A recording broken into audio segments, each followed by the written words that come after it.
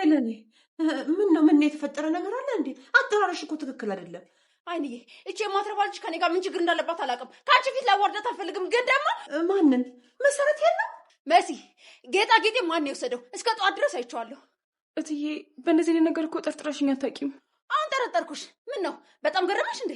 እያደረግሽ ያለሽውን ነገር እኮ በደንብ ታውቂዋለሽ። ከአንቺ ውጭ ደግሞ እኔ ላይ ተንኮል የሚሰራብኝ ሰው የለም። አይንዬ ሌላ ሰው ሳይሰማ ቶሎ ብለሽ ተቀበያት። ሄለኔ ግራ ገባኝ እኮ። ኧረ ተረጋጊ። አዎ እትዬ ተረጋጊ።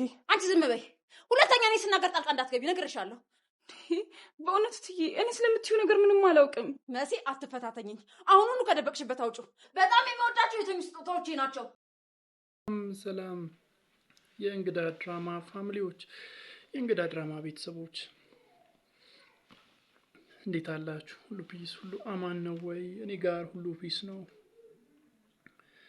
እንግዳ ድራማ እንዲታያችሁ በጣም የሚደንቅ አካሄድ እየሄደ በጣም አሜዚንግ የሆነ አካሄድ ነው እየሄደ ያለው። ምን ሆነሃል? በጣም እየተናደድክ እኮ ነው። አዎ በጣም የተናደድኩት።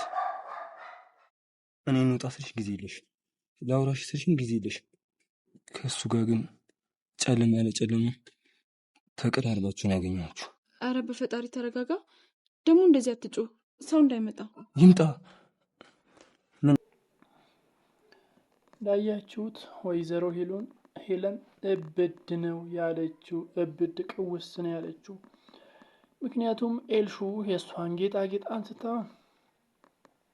ወይ የኑኑ ቦርሳ ውስጥ ወይ የመሲ ቦርሳ ውስጥ ከተዋለች፣ ስትከት ነበር ባለፈው ላይ። እናም ያ ጌጣጌጥ እንደጠፋባት አውቃለች ወይዘሮ ሄለን እና እየጮኸች ነው የመጣችው። ለመሲ ነው የመጣችው። መሲ ያለች በጣም እየጮኸች አግሬሲቭ ሆና ነው የመጣችው እና እዛ ስትጨቃጨቅ ነበር፣ የሌለ ስትጨውባቸው ነበር። ይቺ ልጅሽን አልቻልኩም ስትላት ነበር የመሲን እናት እና ተፋጠዋል።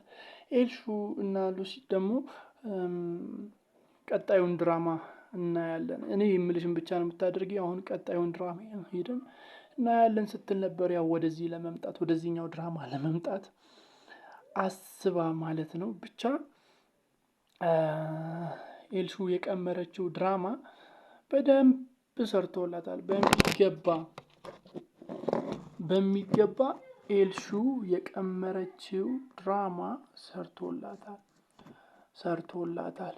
አሁን ኑኑንና መሲን ከወይዘሮ ሄለን ማን ያስጥላቸዋል?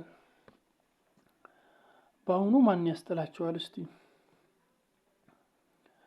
በሌላ በኩል ደግሞ እንዳያችሁት ወይዘሮ ሄለን ለመሲ የሆነ ነገር ጨምራበት እህል ስትሰጣት ነበር በታዱ በኩል። ታዱ ከዛን ቀይራ ነው የመጣችው። ያው ሳህኑን ስላልቀየረች ስለመጣችባት እንዳበላ ስትከለክላት ነበር። አትርፋታለች። ታዱ ደግሞ ያው የመሲን ወንድም ወዳለች፣ መኩን ማለት ነው። መች ነው የሚመጣው እያለቻት ስጨቅጭቃት ነበር። ንገሪኝ መች ነው የሚመጣው? እኔ እሱ ልጅ በጣም ወድጄዋለሁ፣ ቁጡነቱ፣ ኮስታራነቱ፣ ገታራነቱ ምናምን ስትል ነበር። ብቻ ተወስውሳበታለች ታዱ የሌለ በመኩ ላይ ተወስውሳበታለች። እስቲ መጨረሻቸውን የምናይ ይሆናል። ቤሉል እና ኑኑ ደግሞ ያው ሲፍታቱ ነበር፣ አብረው ቁጭ ሲያወሩ ሲሄዱ ነበር። እንግዲህ አዶኒ ከመጣባቸው በኋላ እዚህ ምን ታረጋላችሁ ሲላቸው ነበር። ያው ወክ እያደረግን ነው፣ ተቀላቀለን ወደ ቤት እንሂድ ምናምን ሲሉት ነበር። ያው ስልኩን ላሰጥቷታል። ስልክ ቁጥሩን ሴቭ አድርጎ ስልክ ሰጥቷታል